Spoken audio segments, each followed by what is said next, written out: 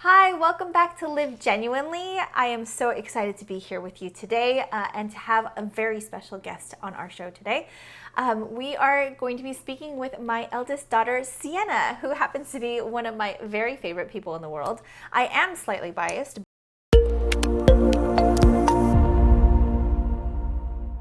We're going to be hearing from her to get her perspective and her insight as far as moving from childhood into adulthood and moving away from home and going off to college. We're going to be hearing her side and learning about her experiences with all of the changes that are coming forth for her. So welcome, Sienna. I'm glad to have you here today. I know it's a little bit weird talking to your mom on camera, but it's going to be great. It'll be fun. It'll be great. One of the things the reason why I brought you onto the show today was because I really wanted to hear from your perspective what it was like, not just to grow up in our house, but to now with your 18th birthday coming up, and you're now going to be a young adult and moving off to college, what it was like for you to have that experience and what your expectations and your dreams and your goals are. So welcome.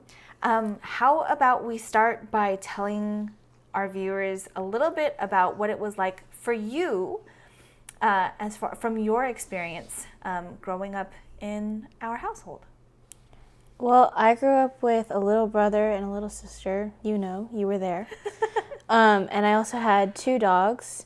So I had a very simple childhood, which was a lot of playing outside, playing in the sprinklers, getting chased around with the hose of the vacuum, all the simple things, hanging out with younger cousins, aunts and uncles, playing Dr. Sienna, and all that. By saying simple, do you feel like that anything was lacking from your childhood, or? No, I have all good memories of my childhood. It was just a typical, like, oh, let's go play dolls, let's go outside, we're going to go to the park. Okay. Happy childhood. Awesome. Do you think that being the eldest of your siblings, you said that you have a younger sister and a younger brother, do you feel that you took on the role of ate? Ate being eldest sister in Tagalog, do you think that you took on the role of ate kind of immediately, or what was your experience? Well, I feel like it was an immediate thing. It was not like there was no pressure from you or dad to like take on the role of ate. I think part of it was when my brother was born, I was already 2, so I was like playing with dolls. So I probably thought in my head, oh, new toy. Yeah. So it just like started stemming from, oh, new toy to, oh, I'm going to take care of it like a doll. Yeah. And so it just transitioned from that to, oh, I'm going to take care of my little brother. And then when I was 6, I had a little sister. I was older when my sister was born, so I had more of a sense of, okay, take care of this one, protect this one, teach this one, rather than with my brother, it was let's play because we're the same age. So watching you as you were growing up, I definitely feel like you almost stepped into the role so easily because you were the first grandchild on both sides, on my side of the family and on dad's side of the family. So you were used to kind of being the one that got all of the attention. And so when Dominic was born, it was almost like you were like, oh, okay, well, you associated so much with all these grown-ups, all these adults, it almost felt like you were just already grown up, and you were like, oh, well, I'll take care of Dominic, even though you couldn't pronounce his name properly. But you automatically were like, I wanted to carry him. I want to get his diaper. I want to help change him. You slid into the role with such ease, and I think that it was because you grew up around adults. You kind of like almost just assumed the role without even like being taught to. Yeah. So once you got older and you were playing with Dominic and Bella, I remember watching you put on shows, and like you would get so excited to create these little like theater productions, and you and Dominic and you would include Bella into all of your little productions.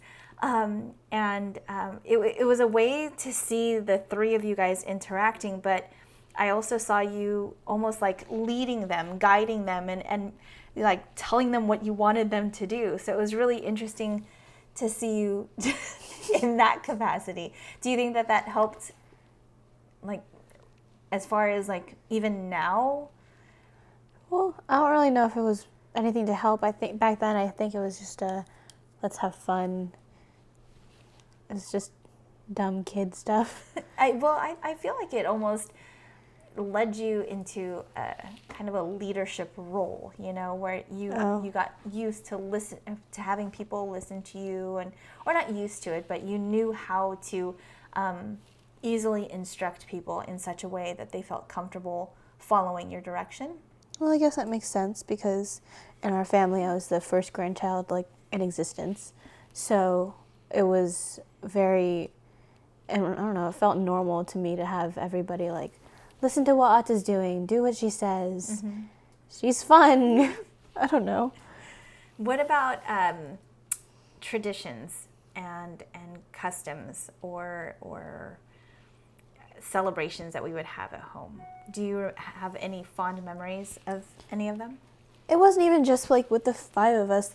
Our entire family is pretty close. Mm-hmm. So every Christmas, all like Dad and all of my aunts and uncles we'd all gather in one house and just celebrate together, eat together as a family. And then I do remember, it still happens, and I'm almost 17 or almost 18 now, but we all the grandchildren have to sit in a circle around the Christmas tree, or in front of the Christmas tree. And in order to get your presents, you have to sing Christmas carols really loud. Well, Grandma just like stands there and claps. And so that's a very big tradition.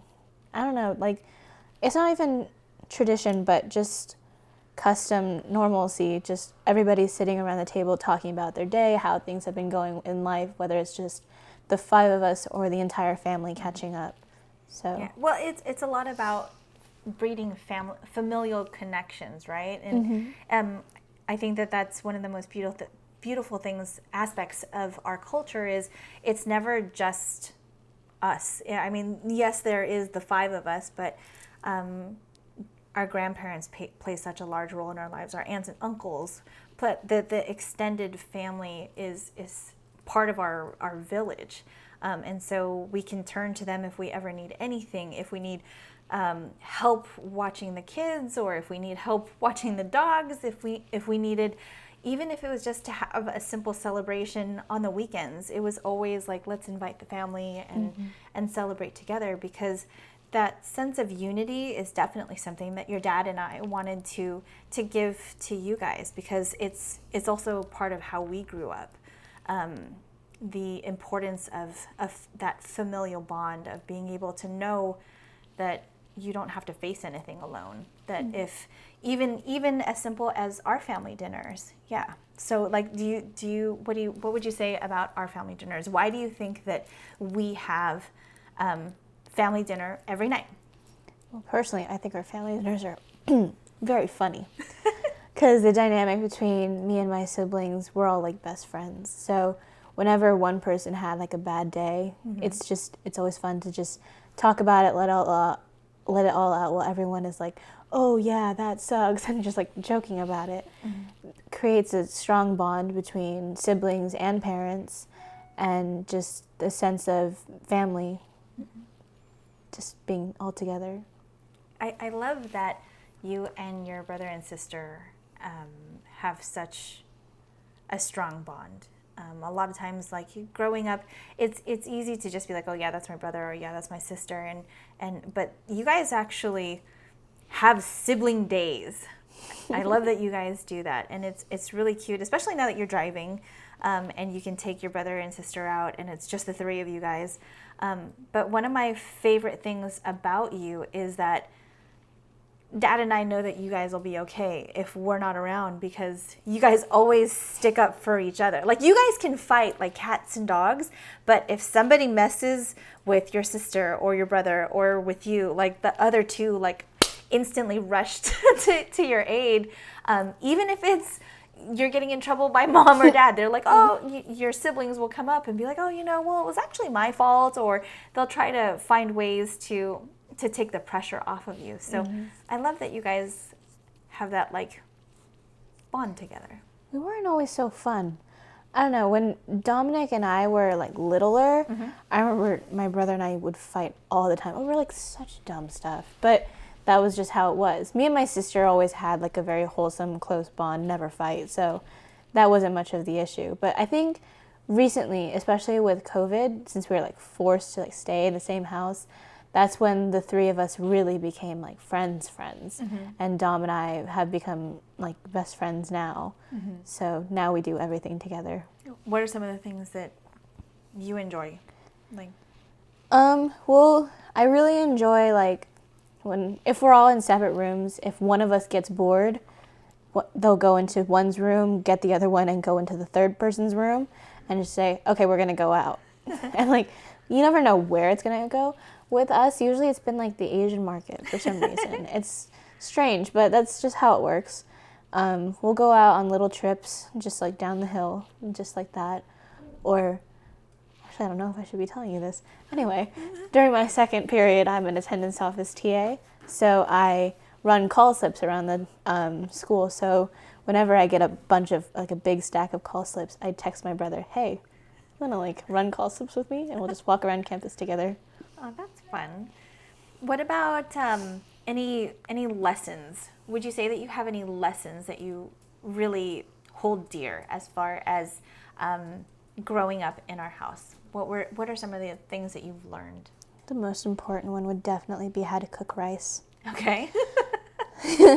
It's always been hey, like when you guys leave us, the three of us at home, it's, I need rice for dinner. Can one of you please go down and cook rice? And that's just, I feel like that's a very important life skill.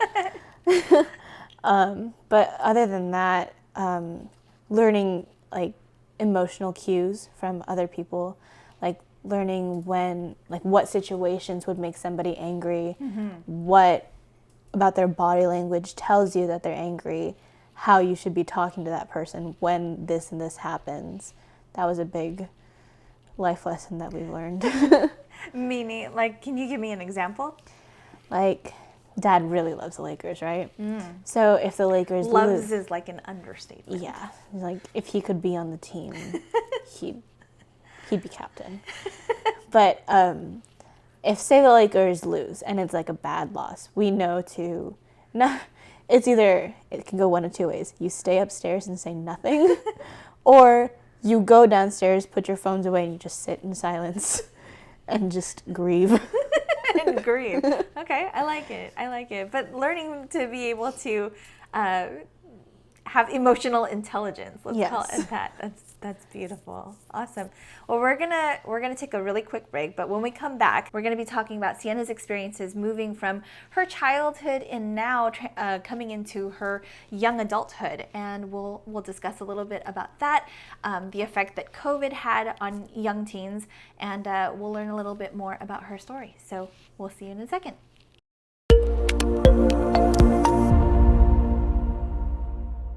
Welcome back.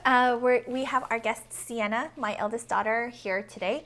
And now we're just going to be moving into talking about some of the changes that you experienced moving out of childhood into your young adulthood. Would you say that there were any changes in the dynamics of your relationships? Say, for example, we'll start with your siblings. How did this dynamics of your relationship with your siblings change as you got older?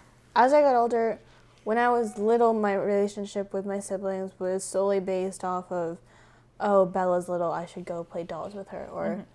And Dominic never really wanted to play with me when we were younger. I don't really know why. I'm so cool. But yeah, Dom and I never really spent very much time together unless it was like playing video games. That was how I got to spend time with my little brother. But with my sister, it was oh, I have to go play dress up with her. I'm going to go play dolls. I'm going to go eat plastic food that she makes me in her little cafe. But as I got older... Pretend to eat plastic food. Don't actually eat it. Yeah. Right. Sorry. Go ahead. Anyway, as I got older, it turned into, hey, do you want to come with me and go get boba? Do you want to like go to the Asian market and buy food that we don't need but eat it anyway? It turned into a lot of very food-based friendship, but we got funnier. Yeah. Like we have good banter between the three of us. It's a lot of jokes and a lot more of a tight-knit. It's like a high school friend group with a 12-year-old. Okay. But that I think that, and I know you said that it was more of a food-based relationship, but I think that especially with our culture, it's how we say I love you, right? Exactly. Like somebody shows up at your house, you make sure that you feed them. And if you're ever offered food, you make sure that you eat it. Like it's very like culturally, that's how we say you're important to me. It's how we say I love you. So taking your siblings out to eat and buying snacks, one of my favorite things is like when Dad and I go out and we come home and all three of you guys are parked on the couch and there's like a mound of snacks on the table, and you know none of the lights are on, it's just the TV.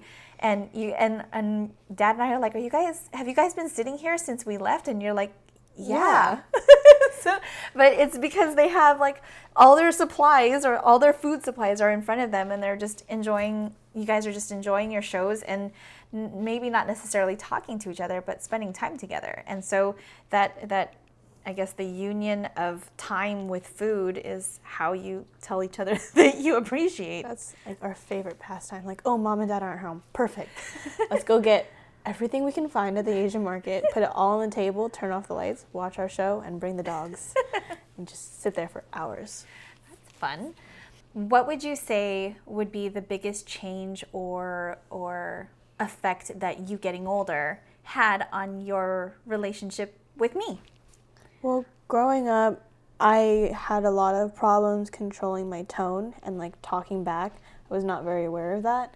And I definitely got yelled at a lot for that, and I understand that, so it works. But that's why I think back then it was harder for me to like talk to you because you were the more disciplinary figure out of you and Dad growing up.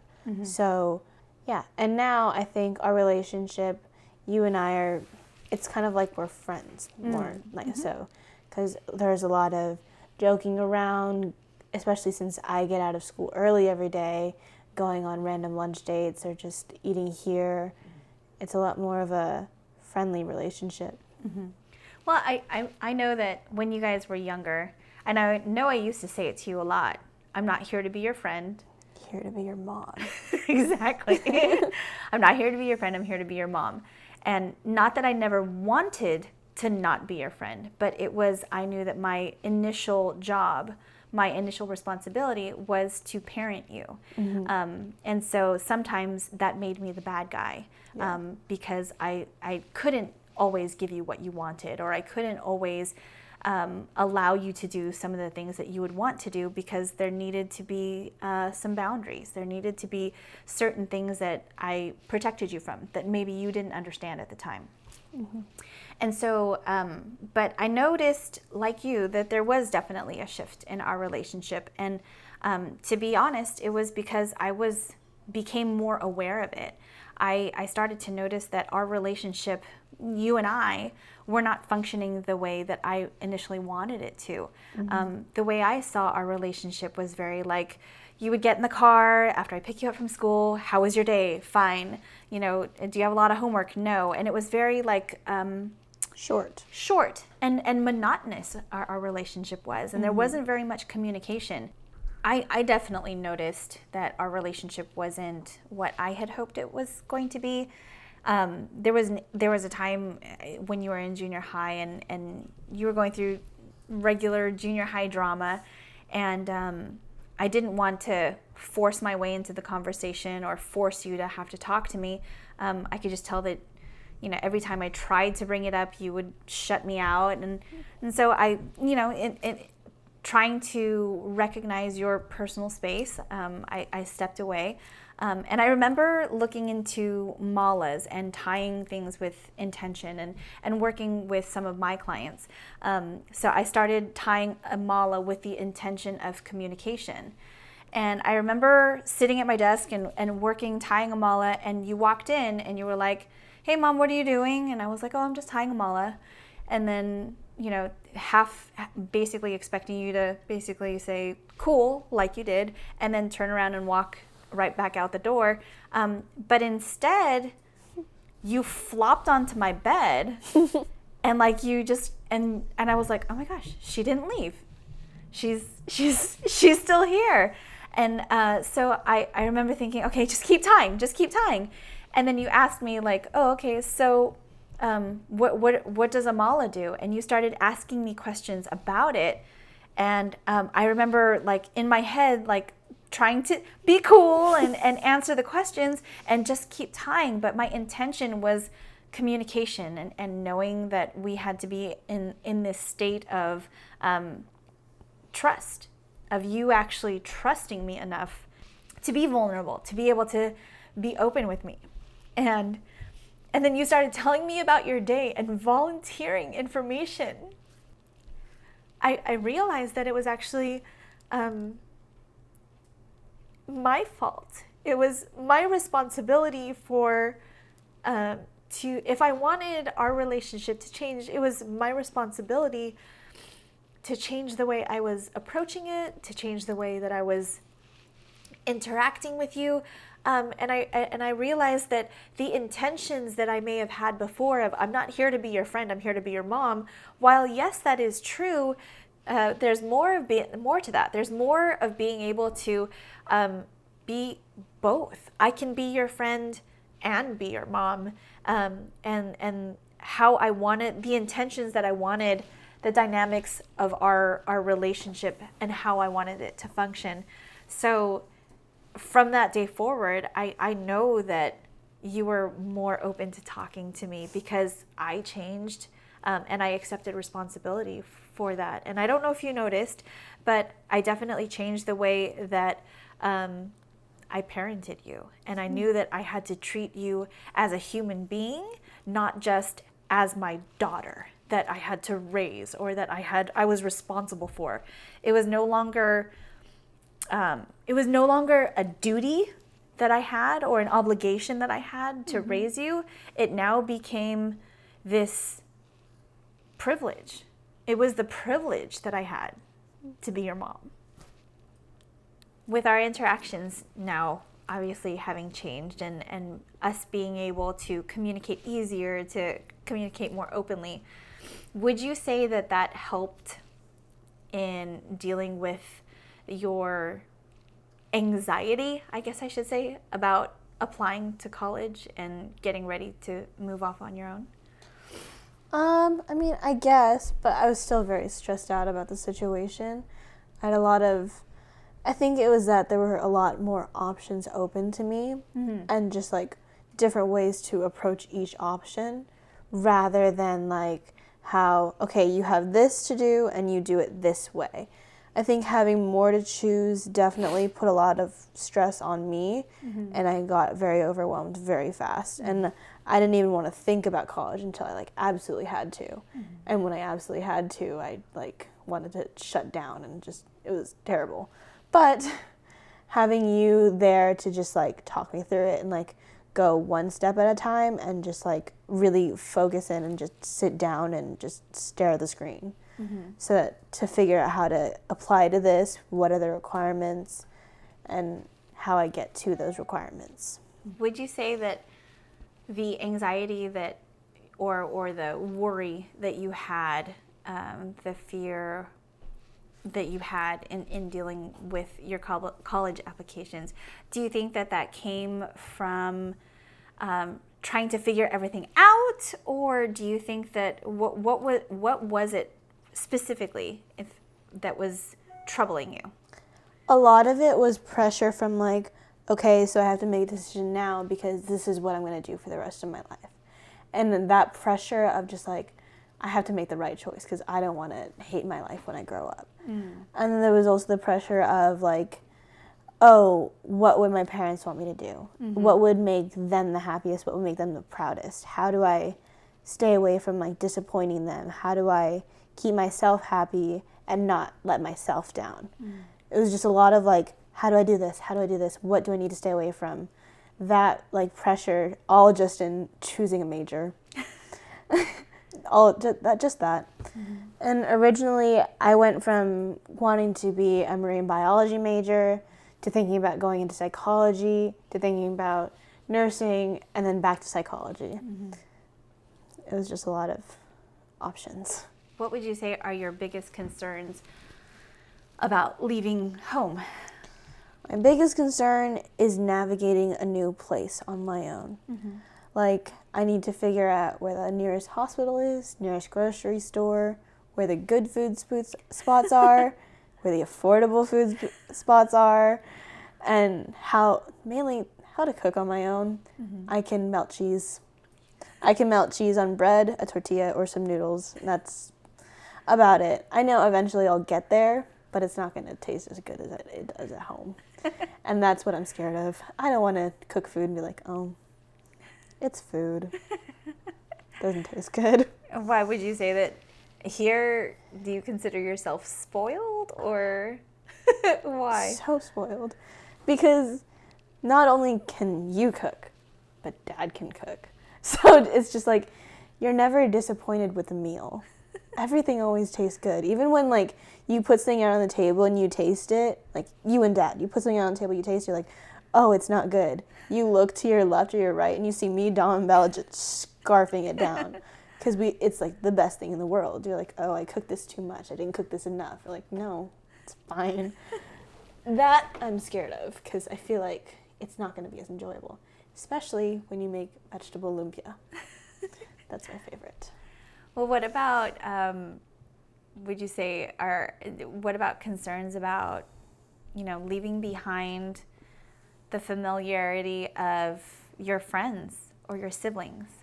Well, does that worry you at all?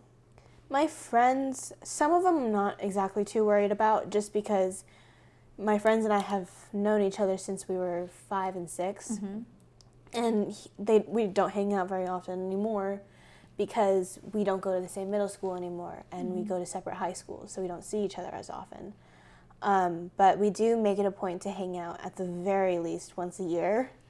But there's a lot of FaceTime calls and random text messages just to like catch up. And it's not even like we lost any time. It's just like snapping right back into it, which is good. And I think we decided that all 3 of us are going to college in separate places. So we decided that we're all definitely coming home for holidays.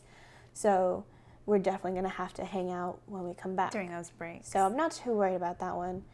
And I have a friend who's taking a gap year, and she said that she's taking that gap year to refocus her life and like spend time with her mom and to travel. Mm-hmm. And she was like, okay, perfect. I'm just going to take my gap year and I'm going to visit you. Not exactly for you, but for your location. So that should be fun. So every time she comes to visit, it'll be a mini vacation. Oh, that's good. What about leaving your siblings, leaving your family?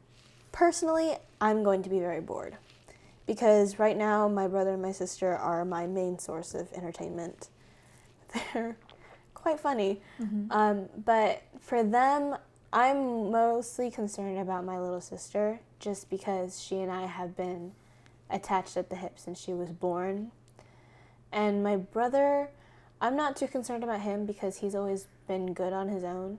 But I feel like with me gone, my little sister is going to have to become his big sister, even though she's like 5 years younger. Mm. What is your relationship like with your little sister? Now it's a lot more grown up. She's like a teenage, she's a preteen now, so I don't have to treat her like a child anymore. We have a good banter going on, lots of jokes, and I don't have to treat her like a fragile little baby that's gonna like cry if I say the wrong thing. But back then, when I was with my sister, it actually worked out because I was younger, so it was still like, oh, let's play dolls. Like that was normal for me because I still did that. Mm-hmm. But now it's like she grew up with me. Mm-hmm. So as my personality developed, hers developed in the same way. She's my little mini me. What will you miss most about her? When she gets bored, she likes to come into my room, and it actually works out because I happen to be bored at the same time. So she'll just like she comes into my room and like she just like wedges herself in my bed, and she just like tries so hard to bother me, and if I'm not bothered, she gets mad. She's like, "Why aren't you getting mad?" Like, "Oh, sorry." just being with her, it's fun. I'm not crying. Ugh. What are you most excited about in leaving home? I'm excited, but also terrified of learning how to live on my own, just to like be in a whole new environment and just like figuring out life, I guess, how to adult, how to like make new friends, start my own like system in a new place. Developing a routine and figuring things out for yourself. That's an exciting adventure. Do you feel ready?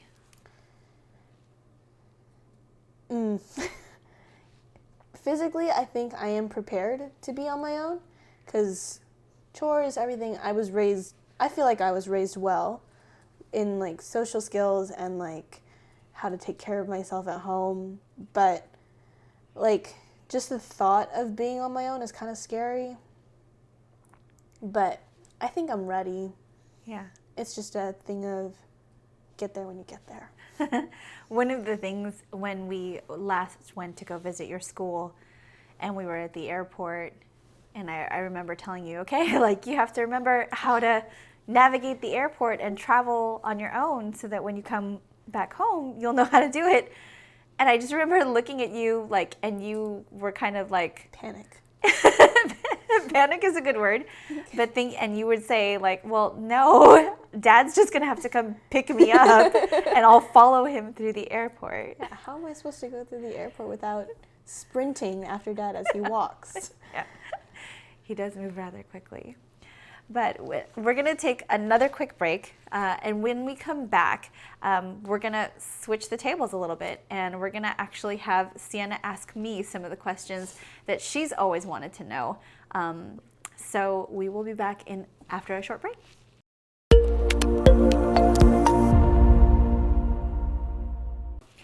Welcome back. We are here on our final segment of today's conversation with my daughter, Sienna. And now we're going to take a moment and flip the table. So she is allowed to now ask me some of the questions that she came up with. And we're going to let her fire away. So go ahead. I want to ask you about your high school life, because you've seen mine and you know most of what happens behind the scenes. So what do you think is the differences? Like, what are your favorite memories? And what do you think the difference is between my life in high school and your life when you were in high school? Okay, well, believe it or not, when I was in high school, I was very self-conscious. I was so concerned about walking out of class and going down to the cafeteria, and everybody had their little clique and everybody had their space at the lunch tables. And my biggest fear was walking up to the lunch tables and there was nowhere for me to sit. So I would always, out of fear, I would psych myself up. And so I wouldn't even go down. I wouldn't even try because I was too scared to find out if there was enough space for me to sit down. So I would just take my lunch and eat in the library. Because I was so scared of there not being room for me or there not being space for me. And so I would hide, in essence. So that was my high school experience. Just trying to shrink, trying to always being fearful about hearing about parties and worried that I wouldn't get an invitation or that I wouldn't be asked to go. And so I really shied away from putting myself out there. I really shied away from, I was so worried about what other people thought that I didn't realize that all the kids my age were also really worried about what other people thought. And I remember that there was this one girl in high school. Gosh, she was an amazing person. Literally no one at school, no one in the entire school could ever say anything bad about her. And the reason for that is because she never said anything bad about anyone. like ever. I don't think there was a mean bone in her body. And I remember that she was literally friends with everyone. And I remember thinking, gosh, like that must be so nice to be able to be friends with everyone. But the opportunity for me to do that was there. It's just I was too afraid to talk to people. I was too afraid to put myself out and try to make friends because I was so wrapped up in my own head. Which is why, like, I have encouraged you so much, learning from my experience. I have encouraged you so much to, like, just don't be shy. Put yourself out there. Go to the dances. Go to the parties. Do all the things, because I know that I missed out on a lot of my high school experience because I got in my own way. I messed it up for myself. When I saw other kids my age having so much fun, I almost self-punished, you know? So that would be the biggest difference. Okay. I'm sure you had some good memories. Oh, no, I had some great memories. I was a band geek. Woohoo!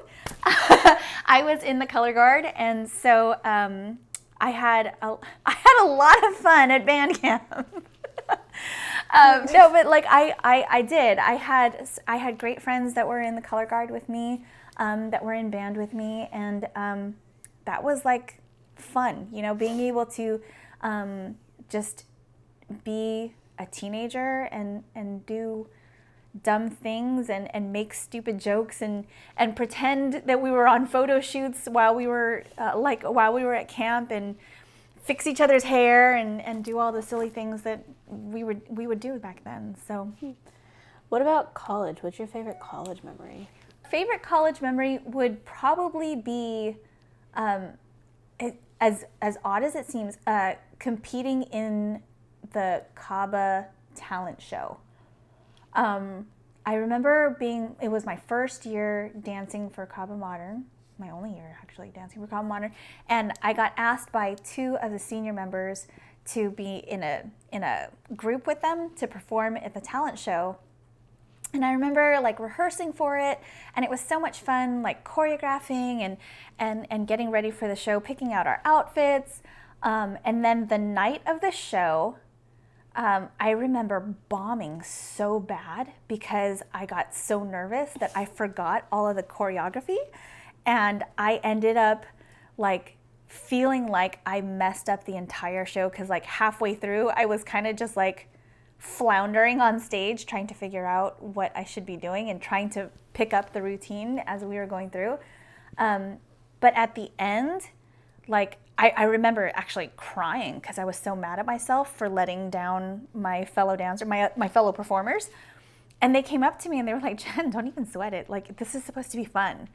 And then it was like I realized, like, oh, why am I putting so much pressure on myself? Like, why I'm still stuck in that routine of worrying about what other people think. But it was just about having fun. It was just about getting on stage and being silly and performing a dance that was supposed to be fun. So learning to get out of my own head.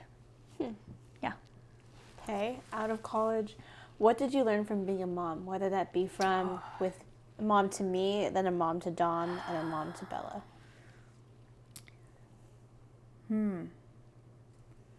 From becoming a mom, being your mom, I think what I learned most was everyone else's opinion doesn't matter because I'm mom. So I'm doing what's best for my kid. I could read every book, I could read every manual, I could listen to every single video that there was on parenting, but nobody knew how to be my child's mom better than me, which is why I was your mom, why you were my kid. So learning to be able to trust myself is what I definitely learned by being your mom. And then being Dom's mom, I learned that I didn't have to be so rigid.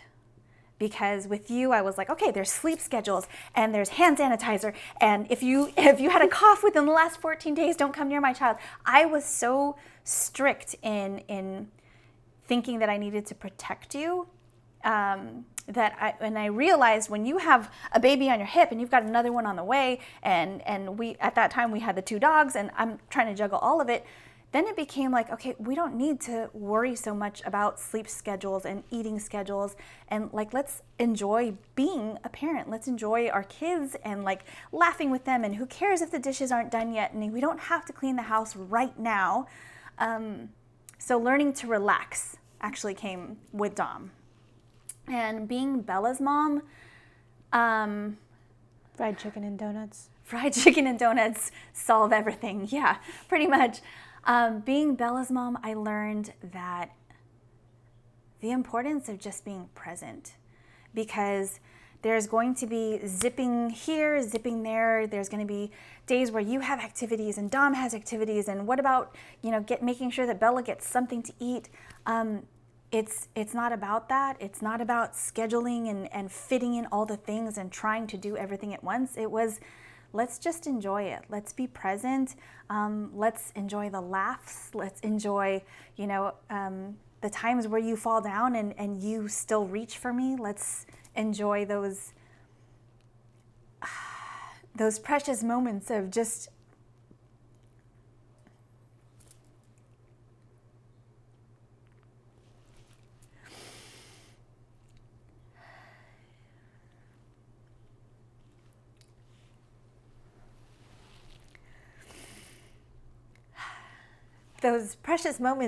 knowing that it wasn't ice that you needed or a Band-Aid that you needed. It was me.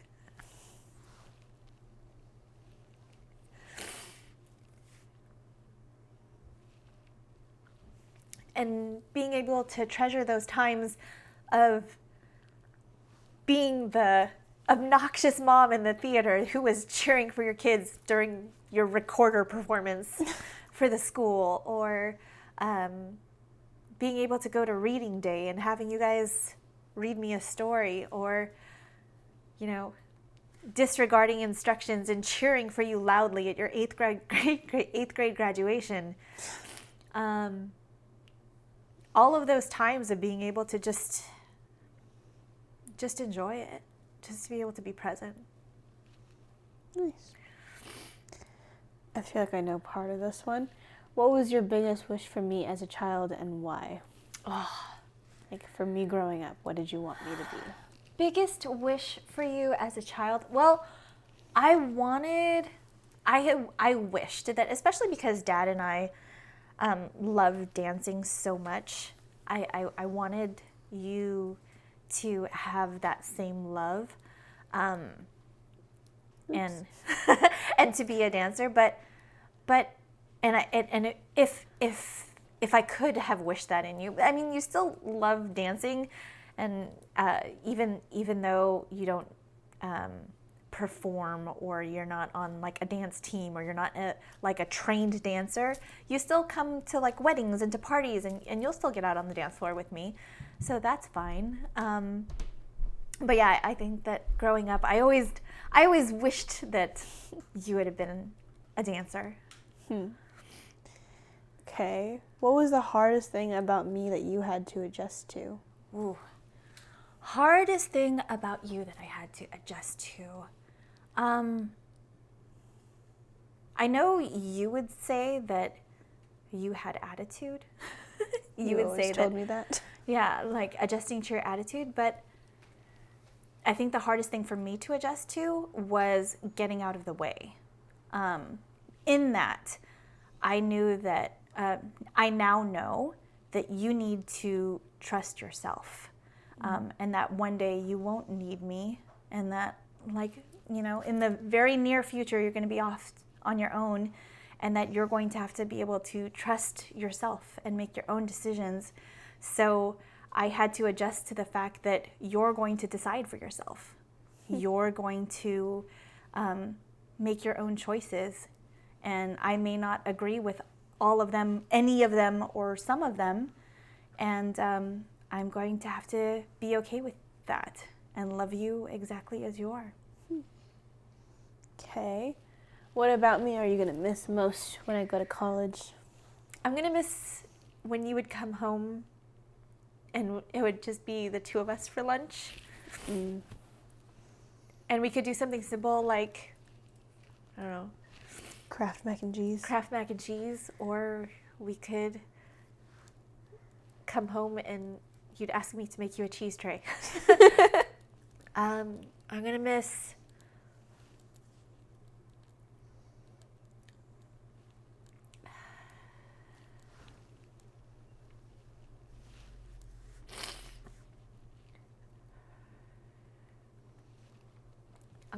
going to restaurants, knowing that this is our spot or this is where we would go. And it was just us, because your brother or your dad or Bella didn't like to eat there. I'm gonna miss you coming in and lying down on my office floor while I'm trying to do something really important and just saying, "Mom, I'm so hungry." Or, "Where should we go eat?" Or, "Oh my gosh, you're not going to believe what happened today." I'm going to miss coming home and just knowing that you're there, even if you never leave your room, even if you don't look up from your phone. And you just saying, "Hey, Mom." And knowing that you're home. I'm gonna miss you driving your siblings around for me. I'm gonna miss when you would bicker with your dad and I would have to be the intermediary between the two of you to help both of you guys get along.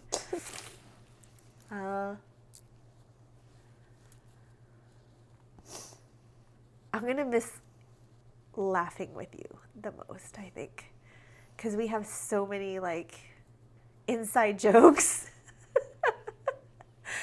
that I don't know. I'm gonna miss having you around.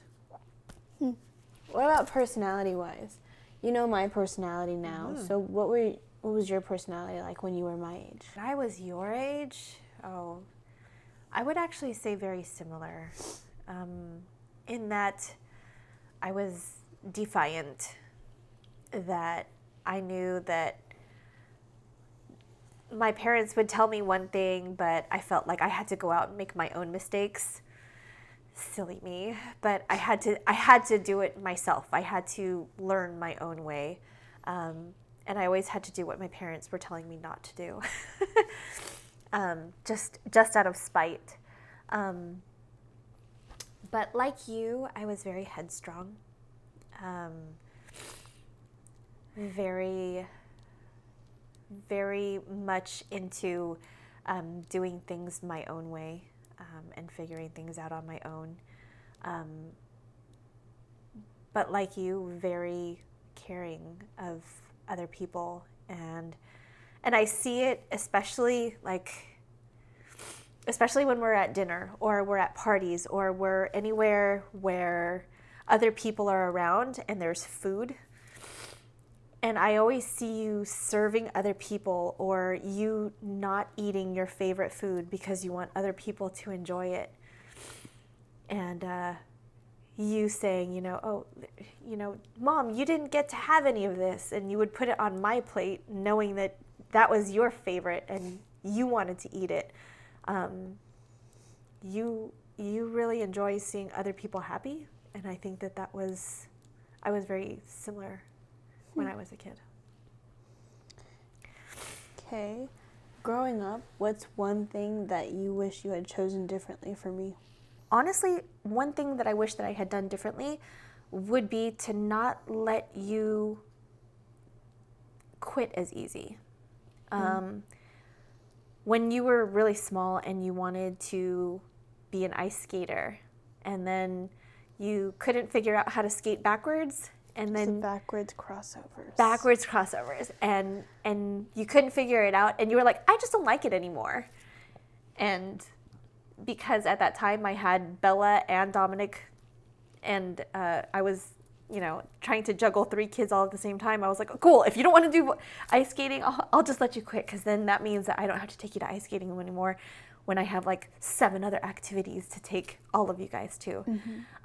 Or when you didn't want to play basketball anymore, or even dance anymore. It was easier to allow you to say, well, I just don't like it.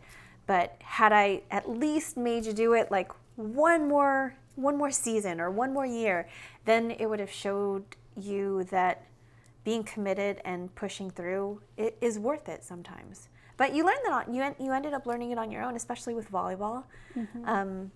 You definitely learned the ethic of hard work and putting the effort in, even when it seems as though it's time to throw in the towel. So that makes me proud of you.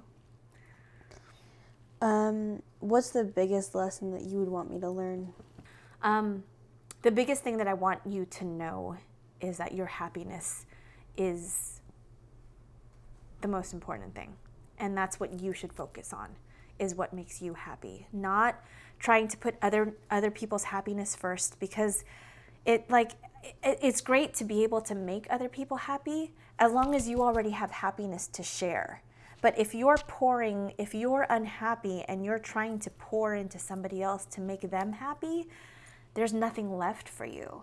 So it's almost like allowing yourself to be happy and feel lit up and sharing that light with somebody else. It creates even more happiness, not draining yourself and becoming a martyr for someone else's happiness. Besides the fact that happiness comes from within, it's yours. No one else can make you happy.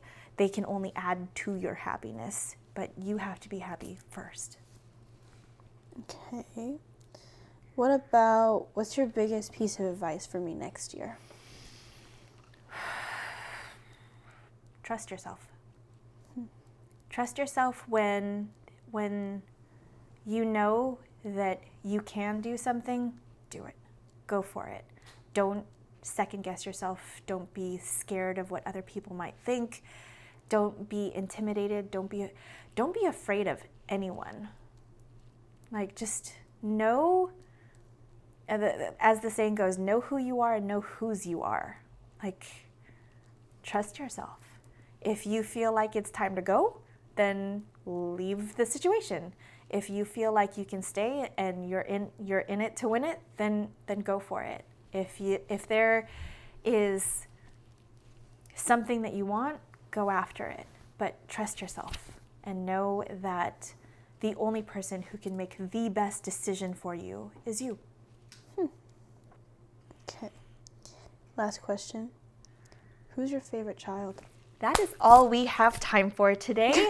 Thank you so much for joining us, and I look forward to seeing you next week on our next podcast, where we'll be discussing, we're going to be bringing on someone who has already had children leave the house, and will be talking to us a little bit more of the other side of this coin and having an empty nest. So we will see you soon, and take care. Cheers.